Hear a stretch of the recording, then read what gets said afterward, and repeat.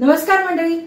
तर आज आहे नवरात्रीचा दुसरा दिवस, म्हणजेच आज आपण देवी आईला दुसरी माळ ही अर्पण करणार आहोत आणि दुसऱ्या दिवशी आपण पूजा करतो ती ब्रह्मचारिणी देवीची. तर देवीच्या या स्वरूपाची का पूजा केली जाते तर पार्वती देवीने भगवान शंकरांना प्राप्त करण्यासाठी हजारो वर्षांचे तप केले होते, म्हणूनच तिला ब्रह्मचारिणी हे नाव पडले. या देवीला जर आपण साखर अर्पण केली तर आपल्याला दीर्घायुष्याची प्राप्ती होते, म्हणूनच दुसऱ्या दिवशी देवी आईला साखर हा नैवेद्य अर्पण केला जातो. तर आजचा नवरंगांमधील दुसरा रंग आहे लाल रंग. तर नवरंग आराधनेमध्ये मी देवी आईची या लाल रंगामध्ये कशी पूजा केली आहे, कशा प्रकारची सजावट केली आहे ते आता आपण पाहूयात. चला तर मग. तर मंडळी, नवरंग आराधनेतील आज दुसरा रंग आहे लाल रंग, ज्याला आपण तांबडा रंग म्हणून सुद्धा ओळखतो. तर हा रंग आक्रमकता, तीव्रता, त्यासोबत प्रेमाचे सुद्धा प्रतीक आहे.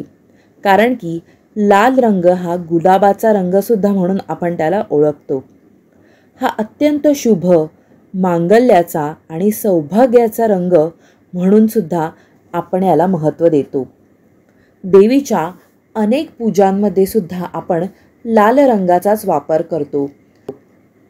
आपल्या कुंकवाचा रंग सुद्धा लाल रंगच असल्यामुळे सौभाग्याचं प्रतीक म्हणून सुद्धा या लाल रंगाकडे पाहिले जाते.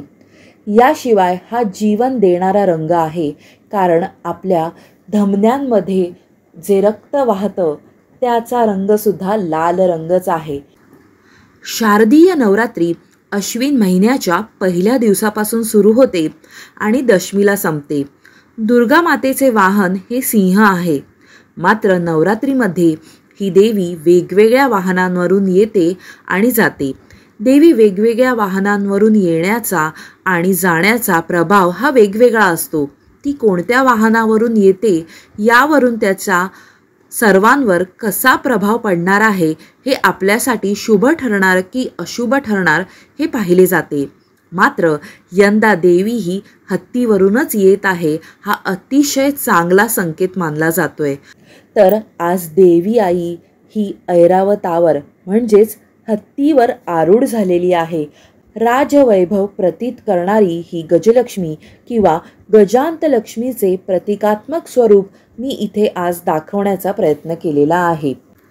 तर आजच्या सजावटीमध्ये तुम्ही पाहू शकता की मी कोल्हापूरच्या अंबाबाईचाच मुखवटा इथे वापरलेला आहे आणि तीच आपल्या हत्तीवरती आरूढ होऊन आलेली आहे असा देखावा मी इथे तयार केलेला आहे. बाजूला सुद्धा इथे दोन छोटे हत्ती मी ठेवलेले आहेत. हे मातीचे हत्ती आहेत.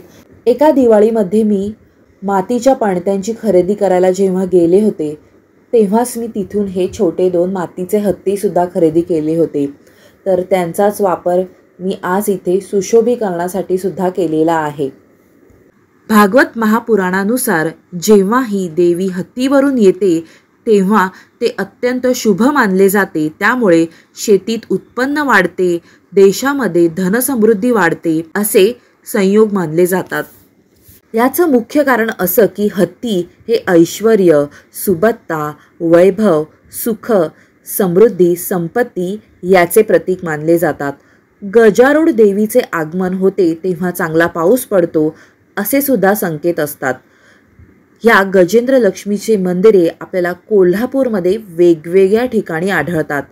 तर समुद्र मंथनाच्या वेळी प्रथम निर्माण झालेली लक्ष्मी म्हणून हत्तीने सोंडेत सुवर्ण कलश घेऊन अमृत जलाने तिच्या मस्तकावर अभिषेक केला, म्हणूनच तिला गजेंद्र लक्ष्मी म्हणून देखील ओळखले जाते.